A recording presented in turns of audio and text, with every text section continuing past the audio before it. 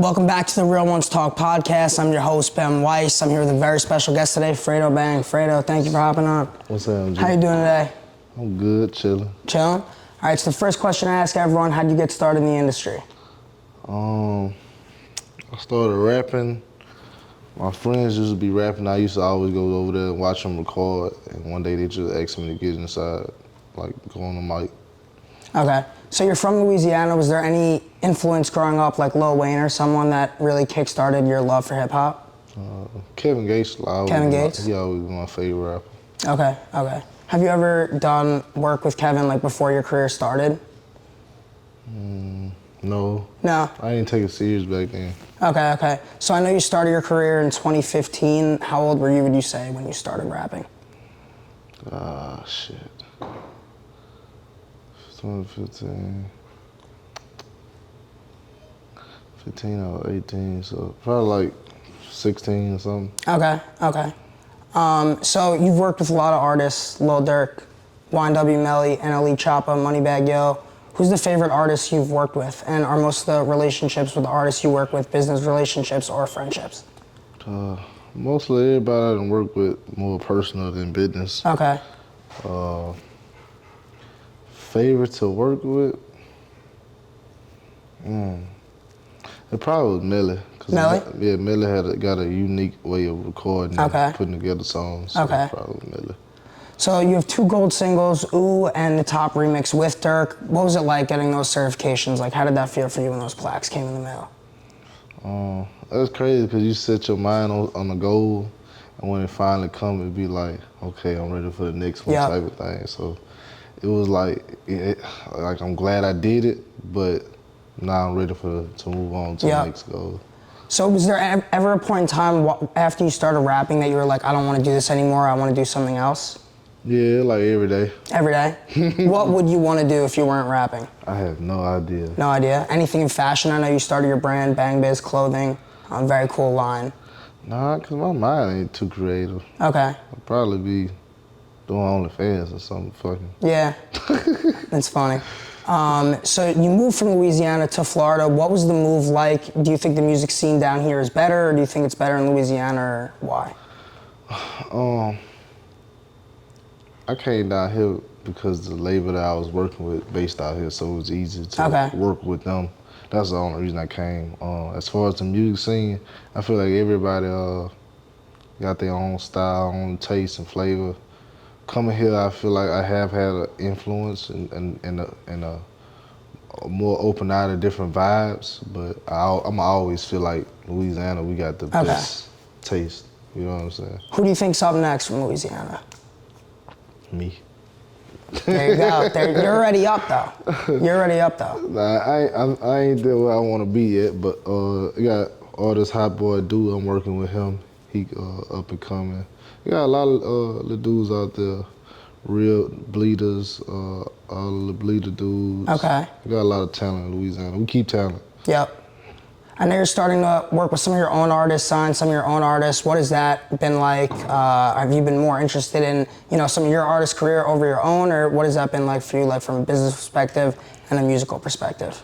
It's hard kind of balance it because when I work, I'm like, I got a ton of vision. Mm-hmm. So it's another challenge, and you know what I'm saying, we had some success. I ain't not that what I want yet, but you got to start somewhere. Yep. You know what I'm saying, new experience. Ideally, like roster-wise, how many artists would you say, like, would you be like okay with, like you'd be like, all right, like I'm content with this?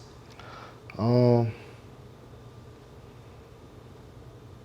always open to sign more and stuff like that. It's just I'm so picky. Right.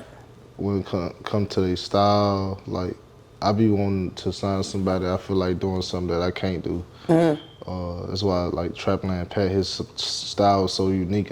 He's great. I fuck with him. But the work ethic gotta be there. Like you gotta want it way more than I want it for you. You know what I'm saying? If you're not, I'm wasting my time with you. Yeah. If I gotta tell you to go shoot videos or I gotta tell you to go record, like we shouldn't even be talking. Right. I feel the same way. I've worked with a lot of artists. I started a management company about 1.5 years ago, and it's definitely, difficult working with artists because it's a 24-hour job being a manager. As soon as one artist feel like they get any type of little amount of money or something, they feel like they done made it or did something. I'm not going to name any names, but I was at an event recently, and there was an artist that definitely thinks he's a lot more famous than he is, and was paid to perform and didn't perform. So it's definitely hard to, you know, interact with artists who don't want it as much as the people behind them want it for them. Right. Are there any other artists in Florida that you want to work with next? In Florida. Because I think the Florida hip-hop scene's like really blowing up, obviously. Like Memphis is established and Atlanta's established and New York, but I think Florida, there's a bunch of different areas like Tallahassee here and all these different places that I don't have nobody, like, as far as right now, I'm like kind of really changing my approach on the music game. Okay. I really want to pull into myself more. Yep. And so I don't really care about working with too many people unless it's just like somebody I dreamed of working with. But I do got like a couple of people that I've been listening to, like Lil Tyler. Okay. He got a song called Law and Order. That shit fire. Yeah, that's fire.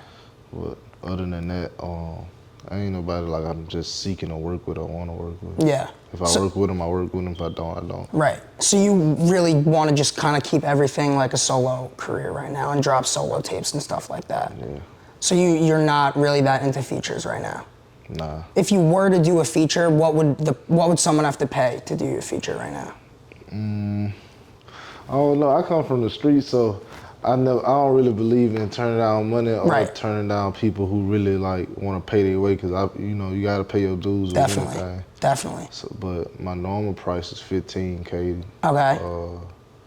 But man, you might catch me in the studio. You got something on you right then and there. I might be like, fuck it, gonna give it to me. So if I start rapping, you got me with a verse? Yeah. All right, bet. So I interviewed Hardbody yesterday. He's a great dude, great vision. He loves working with you. We were talking about you a lot. What is your relationship like with him? Like, what has that been like? Man, that's my dog. From the get-go, when I was in jail, I used to call him every other week and be like, man, when I come home, I got a plan. Yep. And so when I came home, you know, he took a risk on me. He let me use the studio, sometimes for free, most of the time for free, because I ain't have it. And then I asked him to come out to Florida with me, you know what I'm saying? Which was a big, hard step for him, because, you know, he got a little boy and stuff. Exactly. Who he give his all to. But he took a risk on me and shit. We done came out successful, and we're still working to be more successful, so it's always love that way. Do you find your recording process a lot easier that you pretty much work exclusively with him? Yeah. The only hard part is when I got to turn in the music. Right. He still mixing. He got to mix the music and make the beat. Yeah. So it's like I be putting a lot of work on him. You know what I'm saying? Yeah, he was telling me that his producing process is very unique, and when he engineers, he has a set template that he uses, but it's definitely a little bit of a process. Right. Who else like have you worked with in the industry that you've really enjoyed working with? As for like artists, producers? In general. I don't know. When I work, I really don't be around nobody. Yeah. So you prefer to be by yourself when in the studio and writing and stuff most like of the time, but every now and then I need a little different taste. Like like this week right now, I'm flying some producers out. Okay. We're gonna build some stuff from scratch, because I haven't did anything from complete scratch in a long time. So you get a new flavor.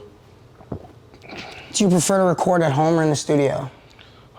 It depends. Like when I did my most hated album, that was in home, the whole thing. Then when I did Two-Face Bang, that was the studio. So it depends on my energy. It depends on how the studio sounding, how I'm feeling. Like it depends. There's so many moving parts in it, but it's 90% mental. Mm-hmm. Once you started and you saw that everything was picking up, when did you know, like, all right, I'm gonna be famous, like I'm gonna be an A-list rapper, which you are now, so. I still don't see it yet. Dude, 2.3 million followers on Instagram, it's as big as it gets. And that ain't shit, it got people with 100 million. It's true, but you know, like from a perspective, I have a little brother, he saw you at the Heat game and like he called me as if like, I had never seen anyone freak out like that, and now I got to call him. It's a full circle moment. But it's crazy like how much, you know, growth you had. You're 26, right? Yeah. You're very young, like you got a lot of time. Do you see yourself, when you're done rapping, entering the business side of the industry? Oh man, probably not. No? Hopefully I get rich to where I just dump my money into other things and just sit back. Right. Cause The industry is so stressful. Yeah. So, man. There's a lot of stuff going on. But I mean, I love music, so I'm probably always gonna be into it. Have you ever produced yourself? Or a beat? Yeah. Yeah, I got something coming on. You do? Yeah. Okay. Me and what's his name? Trevor.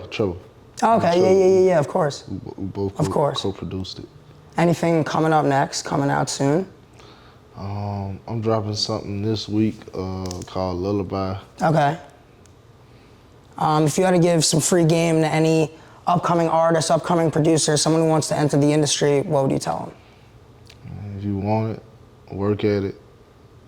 When they tell you can't, just use that as fuel and be yourself at all times. Because if you try to be somebody else, you're not special anymore. It's true. And I think uniqueness is like huge in the industry now. Like if you're looking at like female rappers, Glorilla, like she's blown up so quickly, but she's so unique. Like you listen to her music, she's so unique. Yep, exactly. She's not being nobody else. And I saw her live too. Like she is so authentic, and I think that's why like her career's taken off immensely very quickly. I think she probably got some good cat too. Yeah. That should probably fire. All right, well, I appreciate you coming on Real1's Talk. This was awesome. I'll link everything down below. Really appreciate it. Thank you, bro.